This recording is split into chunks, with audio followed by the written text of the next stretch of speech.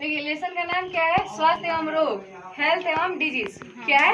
Health एवं disease, मतलब health and disease वो बोलिए, ठीक। अब देखिए टीकाकरण, इंग्लिश में वैक्सीनेशन। बहुत लोग टीकाकरण ऐसा नहीं समझेगा, तो इंग्लिश में समझिए वैक्सीनेशन। तो वैक्सीनेशन क्या होता है?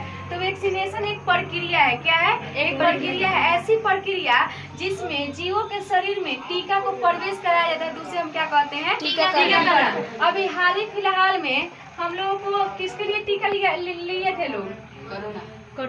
कोरोना के लिए। किसके लिए? कोरोना के लिए। कोरोना क्या है? एक वायरस था। ये वायरस जो है बहुत ज्यादा हानिकारक था, इसके लिए हम लोगों ने वैक्सीनेशन करवाया, मतलब 2 वैक्सीन लिया। 2 डोज लिए थे लोग ना, तो 2 डोज लिया गया इससे बचने के लिए। तो जब हम लोगों के शरीर में क्या होता है कि कोई रोग उत्पन्न हो जाता है या कोई वायरस हम लोगों को प्रतिरक्षित करने लगता है, तो उससे बचने के लिए जो टीका हमें दिया जाता है ना, उसी को हम लोग क्या कहते हैं? वैक्सीनेशन कहते हैं। सिंपल भाषा में समझिए कि टीका लगाने की प्रक्रिया को टीकाकरण कहते हैं। और देखिए तो टीका क्या होता है, उसके पहले टीका भी तो जानना पड़ेगा। वैक्सीन होता क्या है? तो देखिए ये किसी जीव के शरीर के, देखिए जीव के शरीर से प्राप्त द्रव्य को शरीर में बहुत कम मात्रा में सुरक्षा की दृष्टि से पहुंचाना। बहुत कम मात्रा में सुरक्षा की दृष्टि से पहुंचाना क्या कहलाता है? टीका कहलाता है। सुरक्षा की दृष्टि से प्रवेश कराना टीकाकरण कहा नहीं कहलाता है। प्रवेश कराना टीका कहलाता है। अब देखिए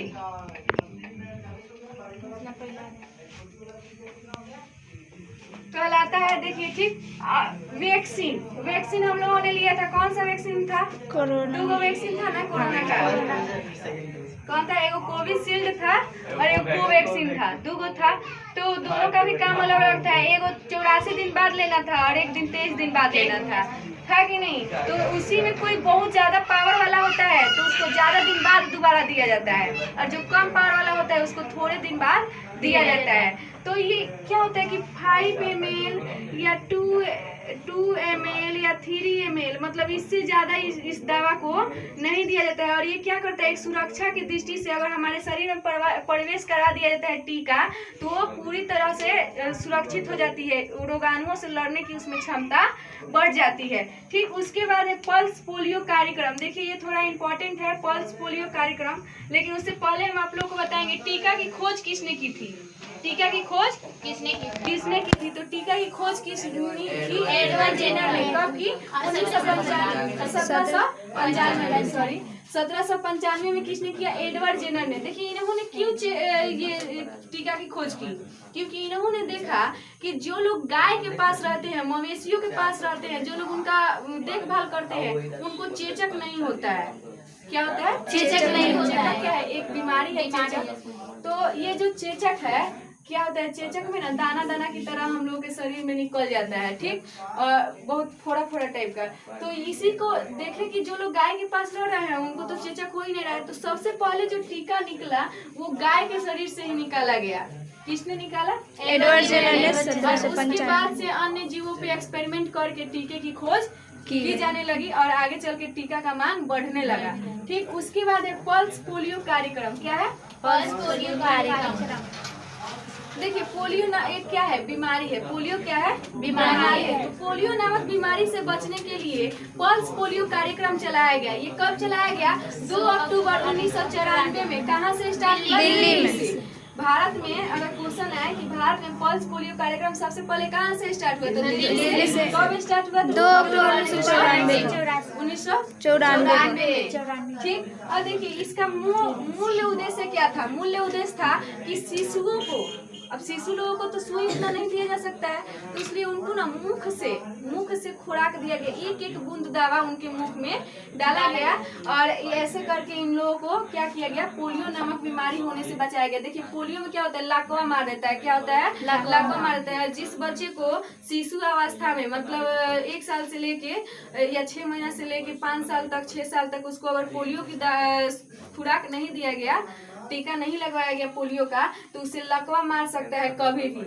लकवा मारने का मतलब कोई एक अंग कार्य नहीं कर पाता है। मतलब जैसे मान लो अगर इधर मार दिया बाएं हाथ में दाएं हाथ में, तो ये काम ही नहीं करेगा, उठेगा ही। मुंह में मार दिया तो मुंह काम ही नहीं करेगा, हाथ कहीं भी लकवा मार सकता है। तो इस चीज से बचने के लिए हमें क्या पीना चाहिए, पोलियो दवा पीनी चाहिए। ये दवा कभी भी किसी भी गार्जियन को अपने बच्चे को पिलाने के लिए इनकार नहीं करना चाहिए, इसको अपनाना चाहिए। तो इसी को ध्यान में रखते हुए सरकार ने इस कार्यक्रम को ही चला दिया और तरह तरह के पोस्टर लगवाए गए। और पोस्टर लगवाने के साथ साथ एक दूसरे को जागरूक किया गया। आंगनबाड़ियों में ज्यादातर ये काम किया गया, क्योंकि आंगनबाड़ी में गर्भवती लोगों को ज्यादा बुलाया जाता है, वहाँ पे काम धंधा उनका ज्यादा होता है, मतलब जिस प्रोग्रेस वहाँ का ज्यादा होता है। तो ये चीज चलाया गया।